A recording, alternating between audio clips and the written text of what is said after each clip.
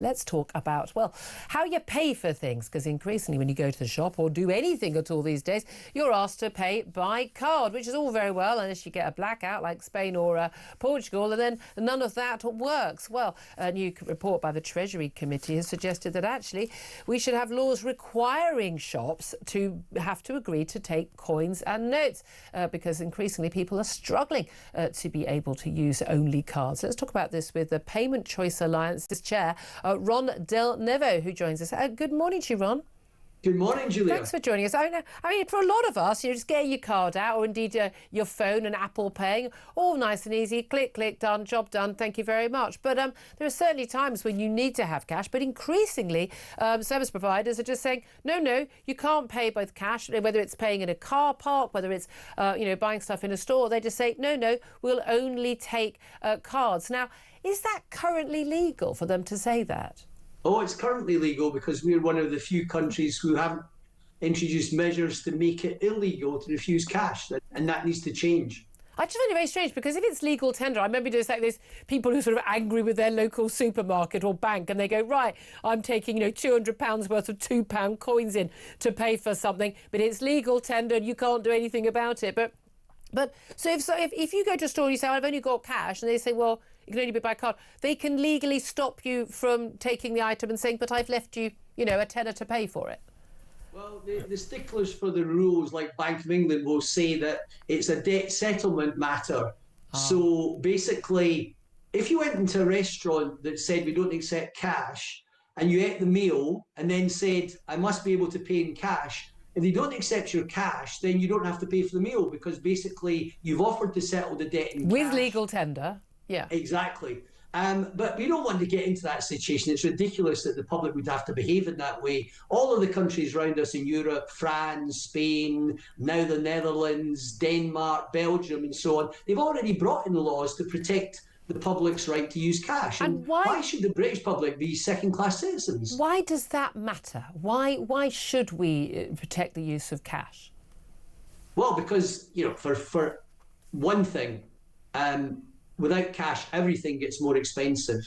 Visa and MasterCard to American card schemes already take $1 billion a year out of the UK economy because they impose those charges on our retailers, which are then passed on to the public. Yeah. So that matters.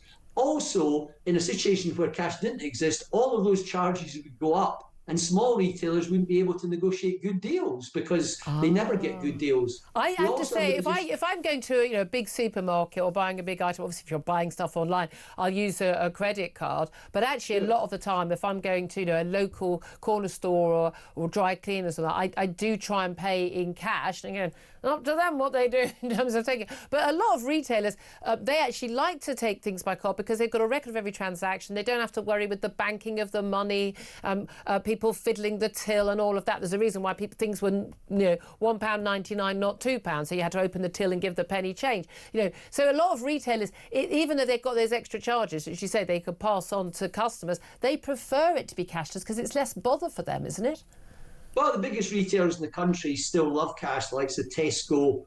They love cash. And the bottom line is that in the end, those retailers understand that costs will go up if cash disappears. Yeah. Also, the fact is that, retailers who only accept cards and digital are excluding millions of people. Yeah. And that can't be right. 4 million people in this country don't have smartphones. How can you use an app if you don't have a smartphone? Yeah.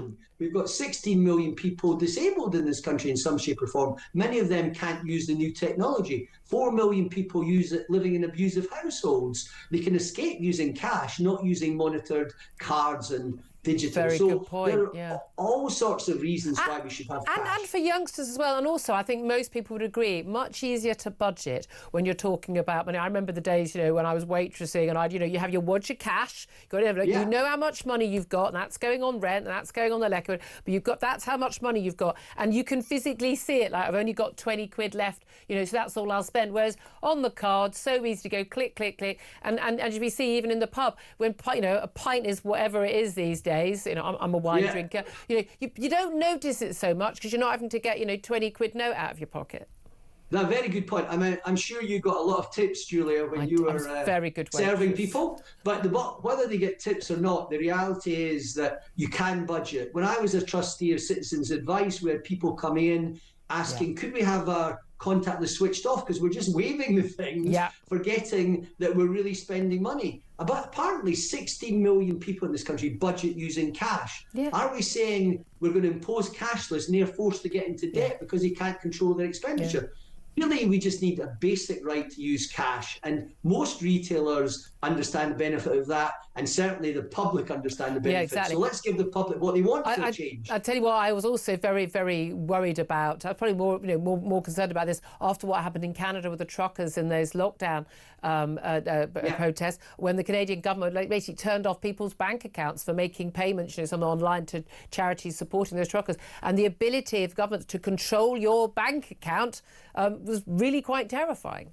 But the most controlling government in the world, arguably, are the Chinese government. They have massive ability to socially score you, switch off, and so on. But interestingly, in China, accepting cash is a law. If businesses don't accept cash, they get fined by the People's Bank of China, even though the government is controlling people through social media and so on. So you want to buy your pangolin in the wet market, you got to pay with cash. Ron Donnevo, really good to talk to you. Thank you so much. He's chair of the Payments Choice Alliance. Thank you very much.